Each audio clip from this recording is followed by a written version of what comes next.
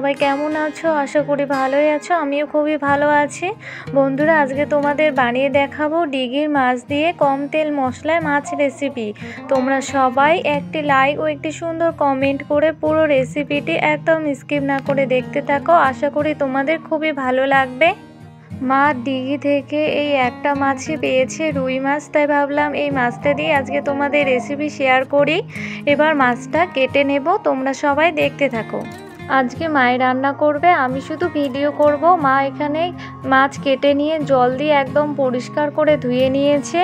এরপর মাছের মধ্যে লবণ আর হলুদ দিয়ে খুব ভালো করে মেখে নিয়েছে। কড়াইতে তেল দিয়েছে, এবার তেল খুব ভালো করে গরম করে নেবে। সর্ষের তেল খুব ভালো করে গরম করে নেওয়া হয়ে গেছে। এবার এখানে হলুদ লবণ দিয়ে মেখে রাখা রুই মাছের পিসগুলো এক এক করে তেলের মধ্যে দিয়ে দিচ্ছে।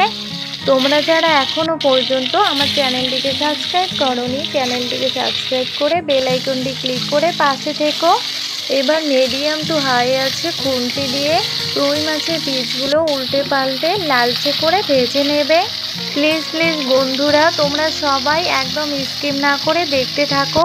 এখানে নিয়েছি 4টে চেরা কাঁচা লঙ্কা, কয়েকটি রসুনের কোয়া, 2 টুকরো আদা আর একটি গোটা পেঁয়াজ, আর নিয়েছি 2 চা চামচ গোটা জিরে। লঙ্কা বাদে সব কিছু শিলনোড়ায় বেটে নেব। মাছ ভেজে নিয়ে নামিয়ে নেওয়া হয়ে গেছে, কিন্তু দেখানো সম্ভব হয়নি। এবার কড়াইতে দিয়ে দেবে একটুখানি সর্ষের তেল। নেড়ে নিয়ে তেল হালকা গরম করে নিয়েছে। এবার তেলের মধ্যে ফোড়নে দিয়ে দিবে একটুখানি পেঁয়াজ আর 4টে চেরা কাঁচা লঙ্কা। এবার নেড়ে নিয়ে পেঁয়াজ আর কাঁচা লঙ্কা লালচে করে ভেজে নেবে। পেঁয়াজ আর কাঁচা লঙ্কা লালচে করে ভেজে নেওয়া হয়ে গেছে। এবার মশলাগুলো যে শিলনোড়ায় বেটে রেখেছিল দিয়ে দিল। এবার খুব ভালো করে নেড়ে নিচ্ছে। এরপর মশলার বাটি ধুয়ে সামান্য একটু জল দিয়ে দিল। এবার আবারও সমস্ত কিছু খুব ভালো করে নেড়ে নিচ্ছে। এরপর এখানে দিয়ে দেবে পরিমাণ মতো হলুদ গুঁড়ো আর দিয়ে দেবে পরিমাণ মতো লবণ। এবার আবারও সব কিছু খুব ভালো করে নেড়ে মিশিয়ে নেবে। যারা নতুন বন্ধু হতে চাও, বড় ভিডিও দেখে নিয়ে তারপর বন্ধু হয়ে কমিউনিটিতে লেটার দেবে। এরপর এখানে হাফ চা চামচের মতো লাল লঙ্কার গুঁড়ো দিয়ে দিচ্ছে। তোমরা এখানে কাশ্মীরি লাল লঙ্কার গুঁড়ো দিতে পারো। এবার আবারও সব কিছু নেড়ে নিয়ে মশলাগুলো খুব ভালো করে কষিয়ে নেবে। মশলা খুব ভালো করে কষানো হয়ে গেছে। এবার হাফ গ্লাস মতো জল দিয়ে দেবে। নেড়ে নিয়ে সমস্ত কিছু 3 মিনিটের মতো জাল করে নেবে। 3 মিনিট পর ফিরে আসলাম। ঝোল খুব ভালো করে ফুটে উঠেছে। এবার এখানে ভেজে রাখা রুই মাছের পিসগুলো এক এক করে ঝোলের মধ্যে দিয়ে দিচ্ছে। এভাবে ডিগির মাছ টাটকা তুলে রান্না করলে খেলে কিন্তু দারুণ লাগে। তোমরা অবশ্যই বাড়িতে একবার এভাবে ট্রাই করো।